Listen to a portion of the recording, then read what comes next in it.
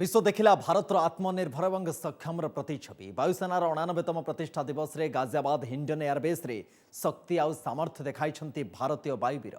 भारत पाकिस्तान युद्ध को 50 वर्ष पूर्ण होता बेले युद्धर किसी झलक एआर डिस्प्ले जरिया प्रदर्शित होछि। ए अवसर में सीडीएस जनरल बिपिन रावत और 3 सेना मुख्य जोग देथिले।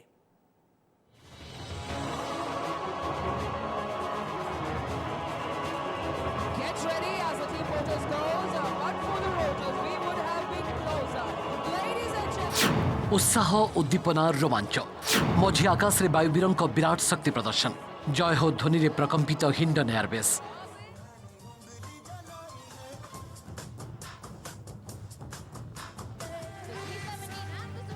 वायुसेना दिवस रे मझी आकाश रे देखा मिला गौरवमय इतिहास झलक।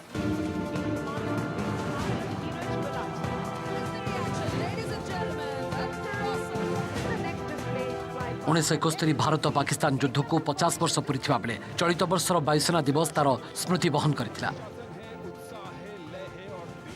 3 पारा ट्रुप्स विशाल त्रिरंगा और वायुसेना पताका धरी विमान 6000 फुट उपरू लंफ देवा बेले बढ़ी जाइतला दर्शकों हृदस्पंदन गति।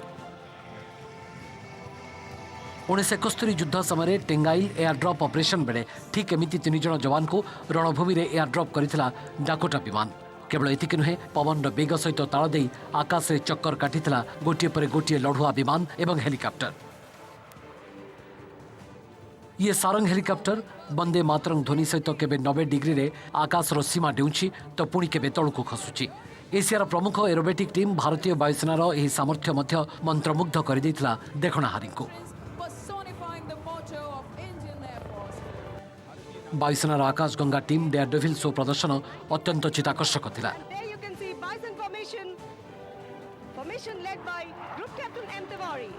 राफेल लढ़ुआ विमान, तेजस एयरक्राफ्ट, जागुआर, मिग-29, मिराज 2000, चिनूक एवं आपाचे भली 75 एयरक्राफ्ट एयर डिस्प्ले जरिया उपस्थित अतिथिंकर ध्यान आकर्षण करथिला।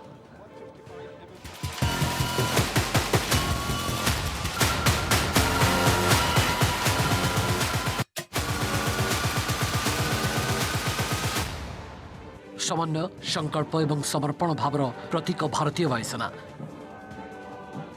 और ये हुची वायुसेना मुख्य एयर चीफ मार्शल विवेकराम चौधरी को एयर सैल्यूट बेलर दृश्य।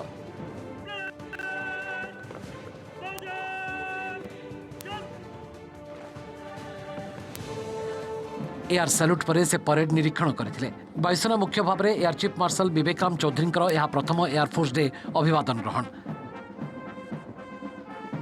सांगरे अछंती परेड कमांडर दायित्व तुलाउथवा ग्रुप कैप्टेन अतुल्य पठानिया। आज भव्य परेड रे मोट 233 वायुवीर परेड अंशग्रहण करिसेंती। वायुसेना रे निजर उल्लेखनीय योगदान लगी अनेकों को सम्मानित मध्य करा जायछि एही अवसर रे।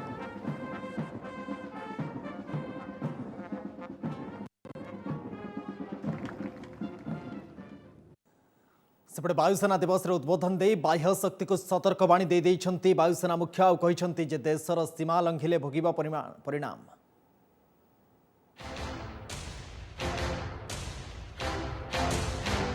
शत्रु सावधान, बाह्य शक्ति को वायुसेना मुख्य सतर्कवाणी। देशर सीमा लंघिले भोगिबा परिणाम। कौनसी बाह्य शक्ति को देशर सीमा लंघिबा को दिया जीवनी अनुमति।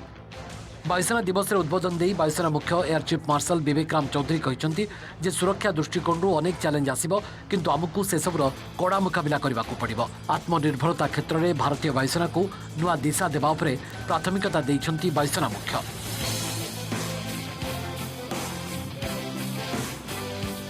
वायुसेना को अधिक शक्तिशाली करने अनेक प्रकल्प कार्यकारी होगाक जाउथबा निज संबोधन में सूचना देइछंती वायुसेना मुख्य। Automation, data analytics, artificial intelligence को अधिक गुरुत्व दिया जायछि।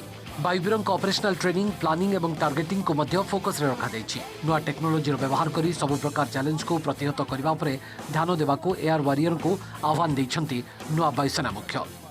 Do your best every day and I promise to do the same. We must look into the future with clear eyes, confronting the challenges before us and not forgetting the sacrifices made by our predecessors in service of the nation. I urge each one of you to continue to serve with pride and always remain true to the hallowed values that the Indian Air Force represents. The young men and women who are joining the Indian Air Force are highly competent, and naturally adapt in today's digital world. We have to upgrade our operational training methodology so that these air warriors are equipped with the right skills and knowledge for confident and audacious use in battle. In fact, I am of the view that while we are actively pursuing self-reliance in hardware, innovative thought has historically been our core strength, and I look forward to skillful and creative employment of these capabilities through development of our own unique tactics and out-of-the-box operational plans. Dear Air Warriors, the year gone by has been quite challenging, yet extremely rewarding. The prompt actions in response to developments in Eastern Ladakh was a testament of the Indian Air Force's combat readiness. Our efforts in completing all COVID-related tasks was also a major achievement in support of the national effort. Your accomplishments have been impressive, and you have helped achieve significant progress in many areas.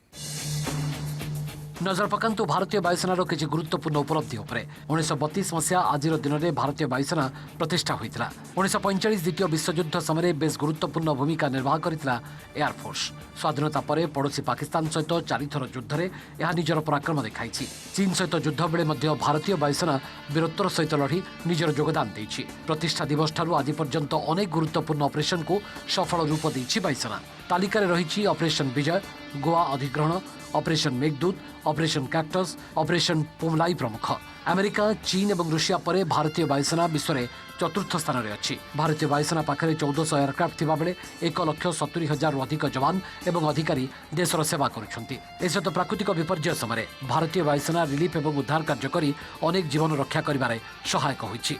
Bureau report OTV.